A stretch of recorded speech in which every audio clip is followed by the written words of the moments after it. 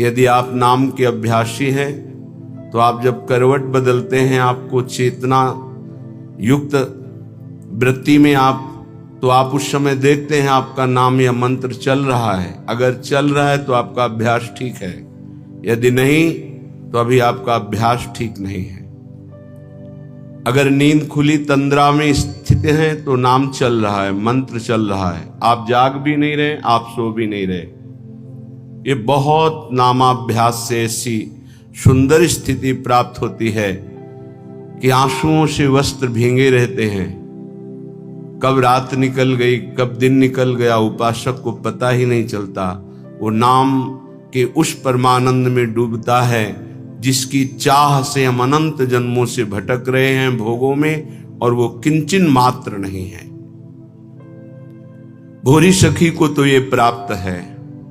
ये अपने लोगों के लिए प्रार्थना कर रहे हैं कि हे लाडली जू, आपकी बलिहारी जाऊं, आप ऐसी कृपा कर दो कि जागते हुए सोते हुए स्वप्न में हर समय हमारे हृदय में स्फुरित होता रहे राधा राधा राधा। ही जिय रसना श्वास श्वास प्रति, आहा, रोम रोम रट लाऊं राधा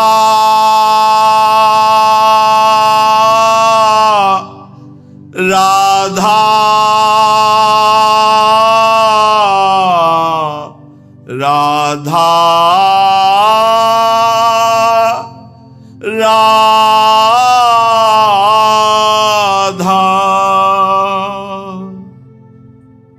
हृदय से, दिल से, जिह्वा से, श्वास श्वास से, रोम रोम से, हे किशोरी जू बस मेरे राधा राधा राधा राधा ऐसा निकले। हिय जिय रसना श्वास श्वास प्रति, रोम रोम रट लाऊं जौलों श्वास। ये तभी अभ्यास में आएगा जो एक पद में भोरी सखी जी ने कहा है, श्वास ही नाम नाम ही श्वासा, नाम श्वास को भेद मिटावे, तब रोम रोम और रग रग बोले।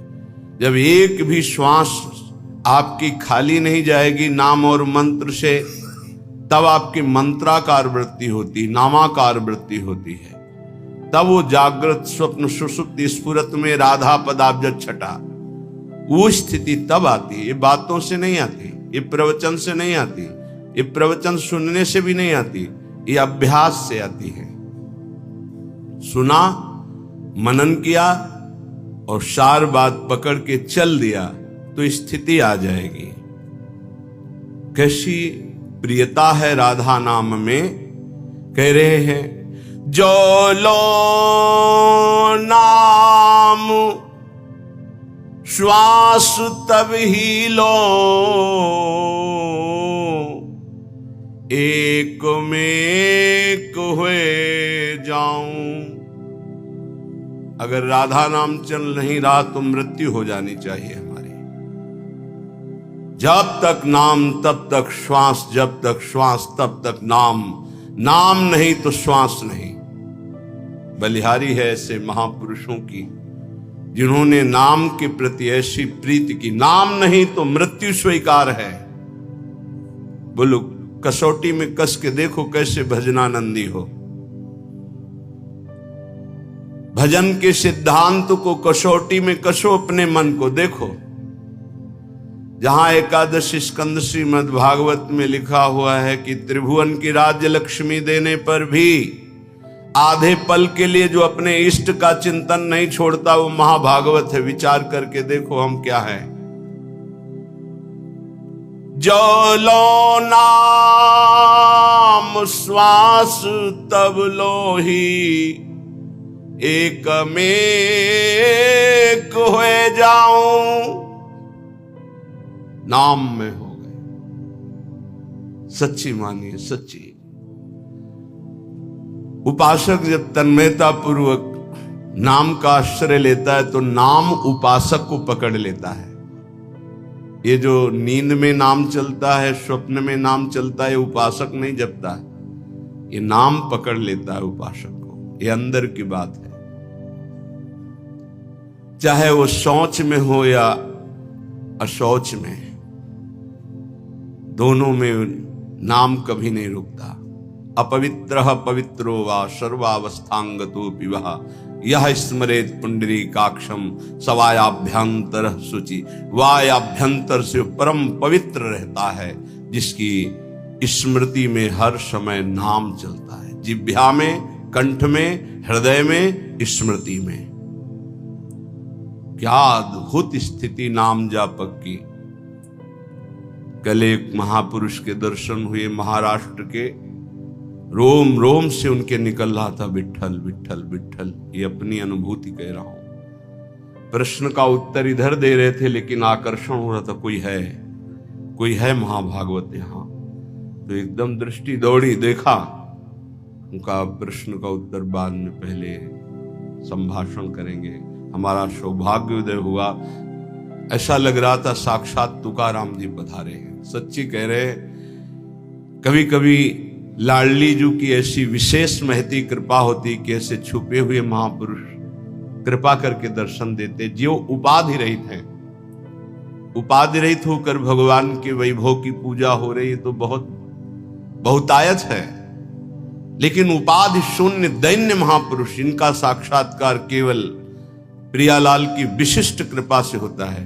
जैसे राजसूय यज्ञ में सब उपाधि वाले महात्मा थे, बड़े बड़े ब्रह्म ऋषि महापुरुष, लेकिन उपाधि रहित वाल्मीकि जी की आराधना करा के भगवान ने राजसूय यज्ञ की पूर्णता की। ऐसे महाभागवत सच्ची मानिए, उनके रोम रोम से विट्ठल विट्ठल निकल रहा था। वो श्रवणेंद्रिय आपके पास नहीं, वो नेत्रेंद्रिय नहीं जिससे सुन सके। रोमांच हो रहा था। 2 घड़ी तो हमको संभलने में लगे, अपने आपे में आने के। केवल ऐसा बार बार की ऐसी कृपा कैसे हो सकती मुझे अधम पर कि ऐसे महापुरुष मुझे दर्शन दे सकते हैं। कोई नहीं जानता। वो ऐसे ही साधारण ऐसे बैठे हुए थे। रोम रोम से विट्ठल विट्ठल विट्ठल निकल रहा था। ये तभी होता है जब अभिमान लीन हो जाता है आराध्य देव में, तब रोम रोम रग रग में नाम स्वयं स्फुरित होता है। जनाबाई के कंडों से निकलता था विट्ठल विट्ठल विट्ठल। तुकाराम जी जहां चरण रख देते थे वो भूमि बोलती थी विट्ठल विट्ठल। ये रोम रोम से राधा राधा निकलने लगी। कोई आश्चर्य की बात नहीं है। जिस भूमि को छू दिया वो भूमि बोलती है। श्री स्वामी शरण जी महाराज हित धाम में थे। उनके मस्तक में ऐसे जैसे तिलक लगाया जाता है बराबर बहुत समय तक, फिर हटा दिया जाए तो तिलक का चिन्ह बन जाता है। ऐसे मस्तक में राधा नाम तेजो में उभर आया था। इतना राधा नाम कि मस्तक पे ऐसे राधा ऐसे लिखा दिखाई देता था। जो लो नाम श्वास तब ही लो, एक में एक हो जाऊं। अहो लड़ती इतनी मुँह पे, कृपा करो बलि जाऊं। नाम रूप में बड़ी ऊंची स्थिति, रूप नाम में यहां पहुंचना गुरु कृपा से ही है। नाम रूप में, रूप नाम में विविमय हुए दुलराऊं। पियत छकी मतवारी प्यासी। क्या शब्द है। पियत छकी मतवारी प्यासी। प्यास पियत न अघाऊं। जागत सोवत रटो निरंतर। राधा राधा नाम, नाम रूप में जब निरंतर अभ्यास नाम का होता है तो रूप छा जाता है, चमत्कार प्रकट हो जाता है, ध्यान धरना नहीं पड़ता। वही ललित त्रिभंगी लालजू महाराज के अधरों में बंशी और मंद मंद मुस्कुराती हुई अनंत सौंदर्य माधुर्य समुद्र को भी आकर्षित करने वाला रूप श्री लाडली जू का। लालजू अपने अधरों में बंशी रखकर राधा राधा गायन कर रहे, प्यारी जू निर्तन भ्रकुटी बदन अंबुज मृदु सरस हासु मधु बोलन अत्यासक्त लाल अलिलम पट बस कीन्हे बिनु मोलन। बिना मोल के लालजू बिके हुए प्यारी जू का भ्रकुट संचालन, मंद मुस्कान और अमृत भरे रसमय वचन, लालजू बिना मोल के बिक गए। ऐसे प्रियालाल नेत्रों में छाए रहते हैं। नयनन पिय मूर्ति बसे तेहि रस रहे समाय, यह लक्षण सुनि प्रेम के और न कछु सुहाय। और न कछु सुहाय फिरे अपने रस मातो, कुटुम देह ते जाए छूट सभी विधि नातो। जहां जहां पिय की बात सुने खोजत तिन गैनन। ओ अद्भुत स्थिति मम भक्ति युक्तो भुवनम पुनात।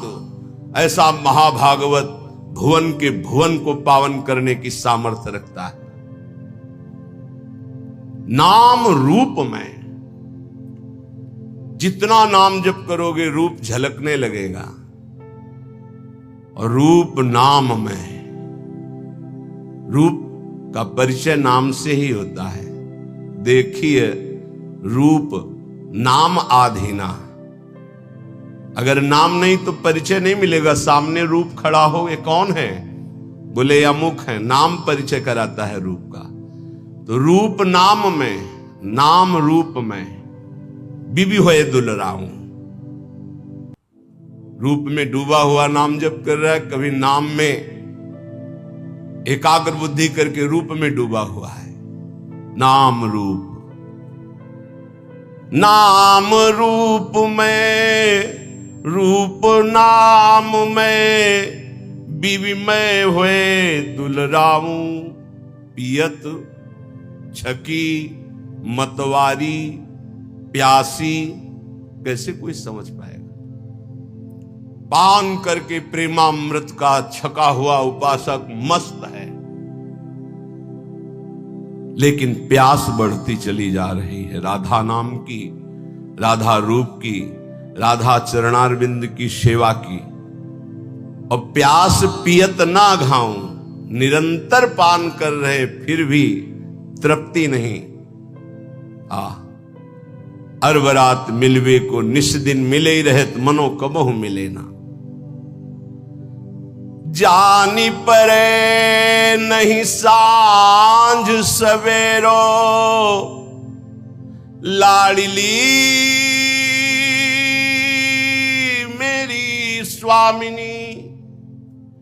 जानी परे नहीं सांझ सवेरो, ऐसो जन्म गवाऊं। श्री हित बेगी ढरो भोरी पे, हुलसी हुलसी जस गाऊं। हुलसी हुलसी जस गाऊं। श्री राधा राधा नाऊं। अहो लड़ेती इतनी मुंह पे, कृपा करो बलि जाऊं। हे प्रिया जी, ऐसे राधा नाम में डूब जाऊं कि सुबह हुई कि शाम हुई इसका पता ना चले। पूरा जीवन केवल राधा नाम की तन्मयता में व्यतीत हो। कृपा करो लाडली, हम पर द्रवित हो जाओ, श्रीहित बेगी डरो हो। हे प्रेम स्वरूपा प्रियाजू, द्रवित हो जाओ, दया कर दो कि मैं आनंद में उमगती हुई हर समय राधा नाम जप करूं और आपका यश गान करते हुए जीवन व्यतीत करूं। जीवन का परम लाभ यही है। जिनकी बात करने मात्र से भव समुद्र छूट जाता है वो प्रिया प्रीतम है, अन्य बात नहीं। अन्य बात करोगे फंस जाओगे। तब सुख हरिवंश गुण नाम रसना रटत और बहुवचन अति दुखदानी। और कुछ बोले तो दुख में फंस जाओगे, निंदा स्तुति बन जाएगी। एकमात्र प्रिया प्रीतम की बात करो, उनका नाम जप करो, बहुत जोर का प्रेम प्रकाशित हो जाएगा हृदय में। दो ही बातों से, नाम जप और लीला गुण गायन श्रवण, इसी से प्रेम प्रकाशित होता है। श्रीपाद प्रबोधानंद जी महाराज कह रहे हैं, श्रीधाम वृंदावन का यदि आश्रय और वास मिल गया है तो आपको बहुत धैर्यवान बनना होगा। या आप भक्ति के मार्ग में चल रहे हैं तो आपको बहुत धैर्यवान बनना होगा। श्री वस्त्राभरणादिभि करपदाद्युत्कर्त दाहादिभि निंदा संस्तव कोटिभिर्बहु विभूत्यत्यंत दैन्यादिभि जीवान्नेव मृतो यथान विकृतिम प्राप्तः कथंचित् क्वचित् श्री वृंदावनमाश्रये प्रिय महानंदैक कंदम परम। यदि हम वृंदावन वास करते हैं या बाहर वृंदावन का आश्रय लेकर प्रियालाल की भक्ति करते हैं, कई बार कहा है बहुत सावधान हो सकता है तुम भक्ति प्रारंभ कर रहे हो और तुम्हारे पुण्यों का संयोग बन जाए तो आपको सफलता पे सफलता मिलनी शुरू हो जाए, तो आप उसे भक्ति का परिणाम मत समझ लेना। बहुत धैर्य पूर्वक सुनिए और उसको हृदय में उतारिए। और आप भक्ति प्रारंभ किए और आपके पाप का संयोग शुरू हो गया नष्ट होना, तो आपको दुख विपत्ति संकट और असफलता मिलने लगी, तो आप उसे भक्ति का परिणाम मत समझना। ये पूर्वकृत पाप और पुण्य का संयोग है। भक्ति पाप और पुण्य दोनों को समाप्त करके दिव्यानंद की अनुभूति कराती है। इसलिए श्री वस्त्राभरणादि भी, यदि आपको बड़ा वैभव मिल रहा है तो भक्ति का परिणाम नहीं है कि आपकी भक्ति सफल हो गई, बड़ा वैभव मिल रहा है, नहीं, ये पूर्वकृत पुण्य का प्रताप है। वस्त्र भरणादि भी, सुंदर स्वर्णादि आभूषण, बढ़िया वस्त्र, रुपया पैसा, हर व्यवस्था, तो बोले भक्ति की बड़ी कृपा हुई, हम भगवान की भक्ति की, भगवान हमारी भक्ति का फल हमको दे दिया।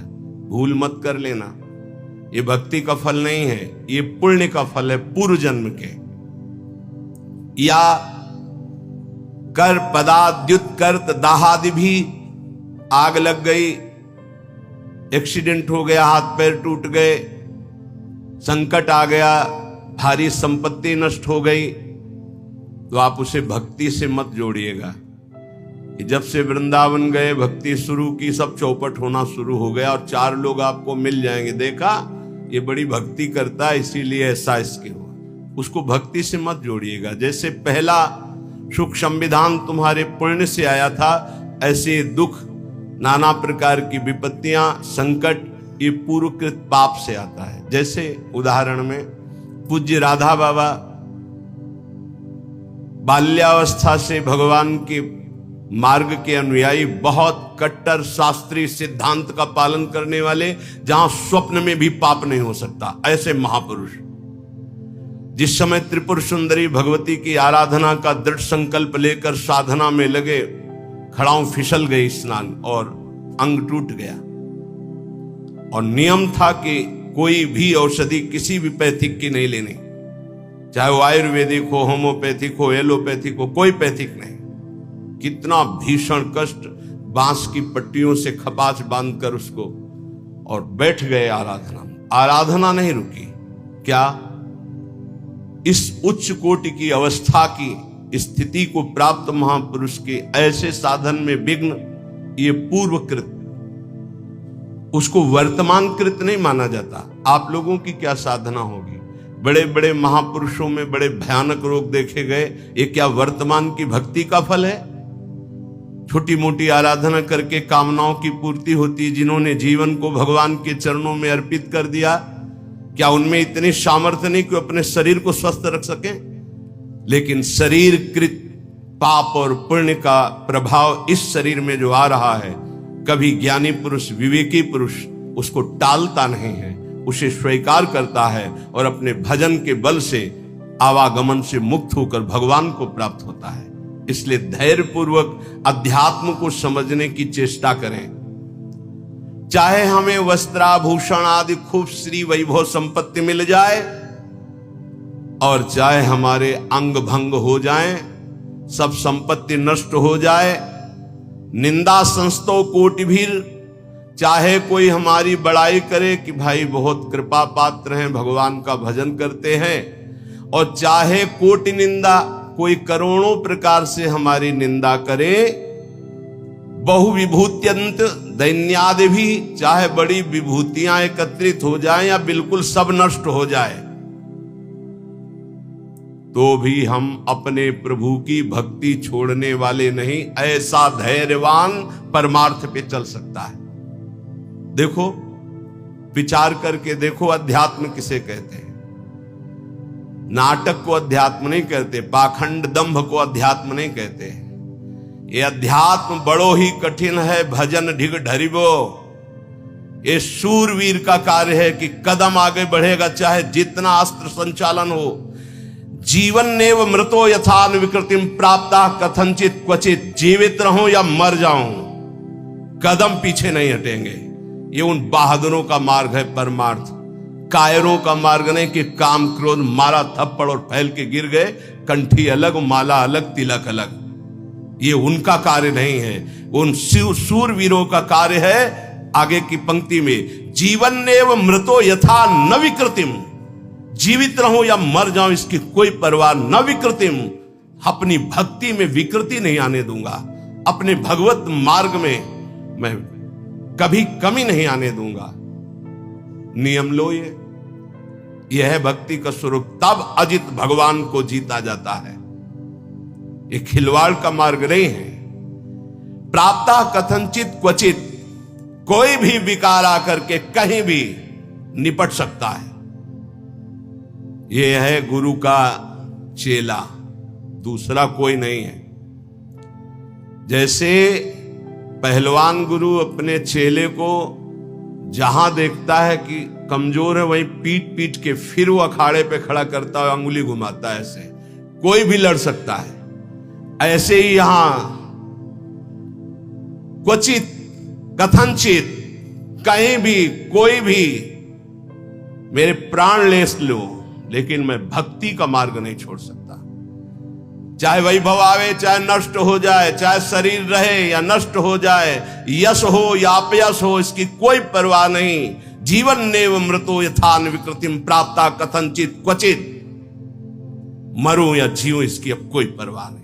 ऐसा ही उपासक विजय प्राप्त करता है इस माया पर। नहीं तो बहुत लुभावना और भयावना दोनों प्रकार का आकर्षण माया देती है। शूरवीर टिकता है नहीं, मृत्यु वरण, लेकिन भगवान को नहीं छोड़ सकता। महात्मा बुद्ध जी जब ब्रह्मबोध करने के लिए घर से निकले, तो एक वृक्ष के नीचे बैठ गए और संकल्प किया कि शरीर का मांस गलित हो जाए, हड्डियां टूट जाएं, प्राण निकल जाएं, पर जब तक ब्रह्म साक्षात्कार नहीं होगा तब तक आसन से नहीं उठूंगा। और ब्रह्म बोध करके ही आसन से उठे, इसीलिए उसे बोध वृक्ष कहा गया। वही चित्र और वही श्लोक उड़िया बाबा अपने डायरी में रखते थे। सदैव सामने ऐसे जीवन में 2 श्लोक सामने सदैव रखा अपने दिमाग में। मात्रा स्पर्शास्तु कौन्ते शीतोष्ण सुख दुखदा आगमा पायनो अनित्यास्तास्ति क्षस्व भारत यम ही न व्यथ्यन्ते ते पुरुषम पुरुषर्षभ सम दुखा सुखाधीरम स्वमृतत्वाय कल्पते। जब कभी कोई भी विपत्ति, संकट, गर्मी, सर्दी, भूख, प्यास, ये 2 श्लोक का निरंतर सामने से भगवान कह रहे, जगत गुरु कह रहे, यम ही न व्यथ्यन्ते ते, व्यथित मत हो, शांत मंत्र में लग, अपने इष्ट के चिंतन में लग।